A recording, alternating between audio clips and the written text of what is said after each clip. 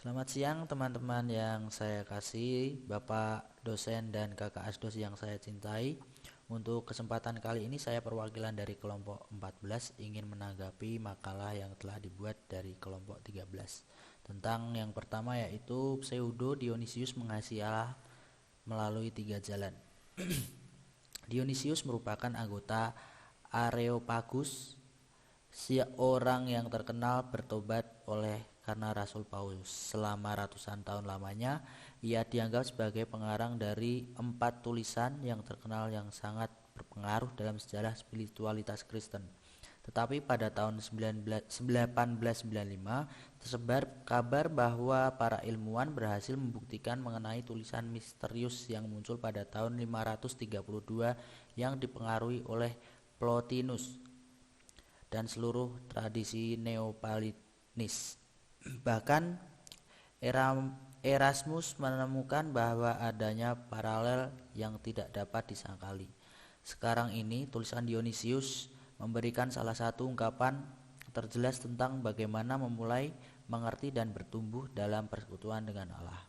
Yang kedua yaitu 4 karya utama, partisipasi kita di gereja, pengalaman pribadi kita tentang Tuhan, berbagai disiplin kesatuan, cara kita melihat tangan Tuhan dalam pemahaman kita tentang doktrin Kristen, bahkan bahasa dan caranya memahami persekutuan kita dengan Tuhan adalah teks kuno yang mengajarkan kita tentang komporer, yaitu segala sesuatu yang kita lakukan dalam hidup baik bahwa kita lebih dekat dengan Tuhan atau menjauhkan kita dari Tuhan. Dionysius melewati tahap pertama dari 3 jalan dalam 2 tulisan terakhirnya. Dalam The Heavenly Hierarchy, ia mendefinisikan setiap kategori. Ia menaikkan pemurnian, pencerahan, dan penyatuan ketiga perikop yang membawa kita kembali pada Tuhan. Inti dari pekerjaan Dionysius adalah untuk mempelajari kita bahwa tidak ada seorang pun yang memiliki hubungan instan dengan Tuhan. Tingkat pertama dari hierarki adalah pemurnian atau pemurnian yang dilakukan oleh para diaken. Belajar dari hikmat kuno, Dionysius menegaskan bahwa persekutuan kita dengan Tuhan tidak dapat diperdalam tanpa bimbingan dan dukungan dari komunitas Kristen. Kita tidak dapat bertumbuh dalam persekutuan dengan Tuhan tanpa hubungan yang lebih dalam melalui penyembahan. Akhirnya Dionysius mengajarkan kepada kita bahwa kita dapat bertumbuh dalam persekutuan dengan Tuhan tanpa mengordinasikan hidup kita sebagai orang lain. Yang materi kedua yaitu tentang awan ketidaktahuan, anak panah kasih yang rindu. Pada abad ke-14 dibuka sebagai wadah pematangan perselisihan religius dan sosial di negara Inggris. Pada saat itu mengalami keruntuhan parah dalam kehidupan politis dan budayanya. Hal ini membuat kekacauan semakin menjadi sementara wabah pas melanda kepulauan Inggris pertama pada tahun 1348 lalu dan 1361. Anak panah tajam yang rindu untuk maksud itu adalah dapat diringkas dalam bentuk diagram. Tingkat 3 yaitu Allah atau awan ketidaktahuan. Tingkat kedua yaitu semua mereka yang mencari Allah atau awan kelupan. Tingkat 1 semua mereka yang tidak mencari Allah dan makhluk-makhluk tanpa jiwa. Pada tingkat 1 dan 2 dan antara tingkat 3 terhadap 2 realitas penting awan kelupan dan awan ketidaktahuan. Pada awan kelupan melindungi kita dari bahasa kehidupan dosa yang terdahulu. Berjalan dengan tingkat 2, kita belajar untuk hidup dalam kuasa Allah, meninggalkan semua unsur kehidupan yang dihidupi oleh pengenalan akan Dia. Awan ketidaktahuan berdiri antara kehidupan kita sebagai pengikut Kristus, berbagai penuh tujuan dan akhir kita hidup bersama Allah dalam kekekalan yang sebenarnya.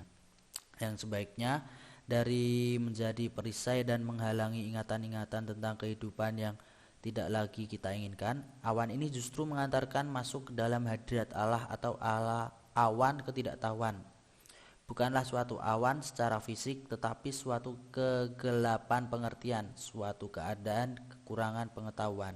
Akal budi kita bisa menolong kita untuk mengerti bahwa kita kekurangan pengetahuan dan juga tidak akan mampu menembus awan itu dengan akal budi kita dan menunda desakan untuk membuktikan suatu secara rasional.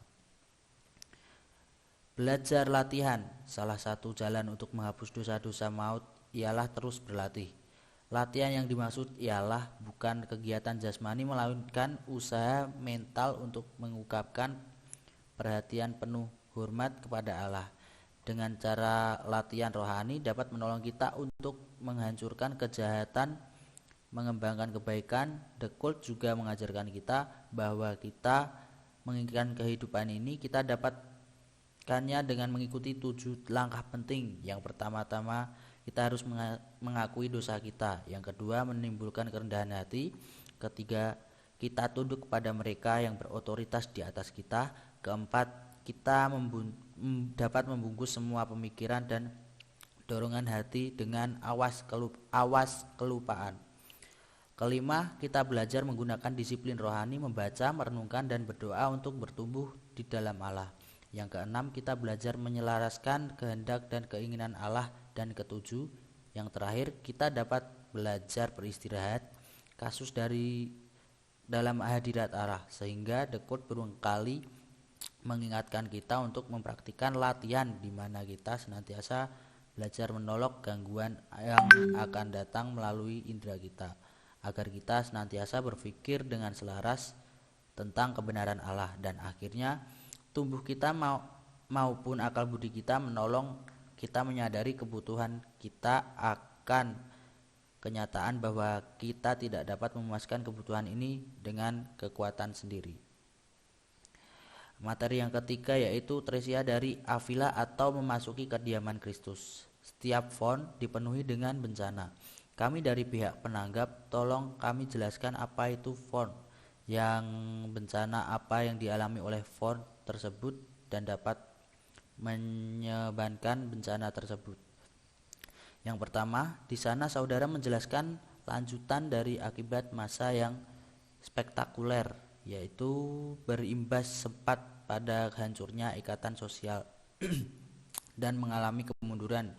Namun dalam sektor ekonomi baru bertransformasi ke dunia industri. Namun seluruh bentuk kekuasaan sosial tumbang.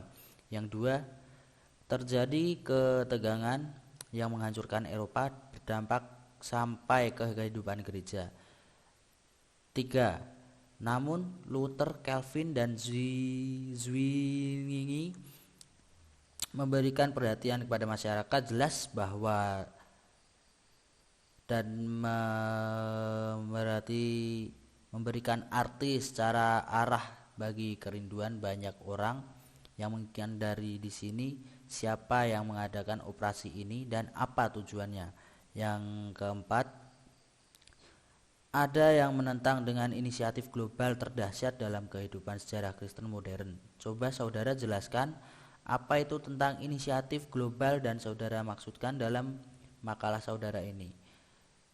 Lalu selanjutnya pada akhirnya pihak-pihak yang berseteru mengokohkan perbedaan mereka dan seluruh negara-negara yang ada memasuki hubungan religius baru seperti Swedia dan Norwegia menjadi Protestan, Inggris menjadi Anglikan, sementara Paris dan Spanyol tetap setia sebagai Roma Katolik.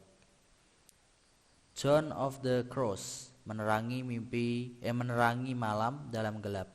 Dari susunan John of the Cross ini, susunan yang sangat baik tetapi harus ditambahkan, yaitu beliau bekerja sama dengan reformasi Ordo, Kemerlit, dan tulisannya, baik puisinya dan tentang pertumbuhan roh atau dalam pandangan Kristen yang melepaskannya dari roh dari diri manusia yang melekat pada Allah, dianggap sebagai puncak literalisme metikus Spanyol. Di sini saya sebagai penanggap adalah tentang cara pembuatannya sudah baik, tetapi manusia yang tak luput dari kesalahannya dan kekurangan ini menjadi sebuah motivasi dalam diri kita semua. Dalam makalah ini saya belajar tentang bagaimana bertanggung jawab dan mengerjakan sesuatu yang terpenting, sebagaimana diungkapkan oleh John of the Cross. Memurnikan diri kita sendiri bahannya Yesus yang dapat melakukannya.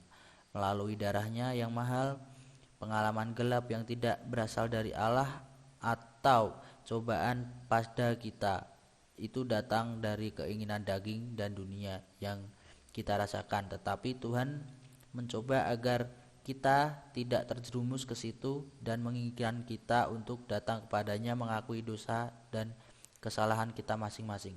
Dosa adalah perbuatan yang sangat tidak diinginkan oleh Tuhan kepada kita, dan kita diinginkan untuk mendekatkan diri kepadanya melalui anaknya yang tunggal yang rela mati untuk menebus dosa-dosa kita dan memberikan kepada kita semua pengampunan dosa yang luar biasa, tidak pernah diberikan oleh siapapun kepada diri kita sendiri. Api yang menghapuskan itu adalah disebut dengan api neraka yang membara untuk mengadili orang-orang yang bersalah kepada kita, baik itu melalui apapun.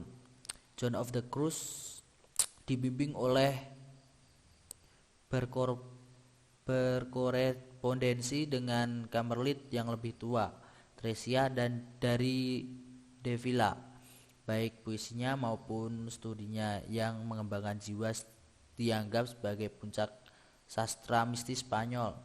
Dan di antara karya-karya terbesar dari semua sastra Spanyol, ia dikanonisasi oleh Paulus Benedictus pada 13 tahun 1726.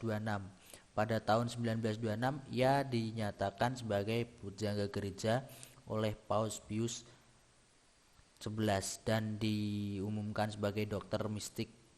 Terima kasih teman-teman. Untuk tanggapan dari kelompok 14, kurang lebih minta maaf jika ada salah yang sengaja maupun tidak disengaja. Terima kasih.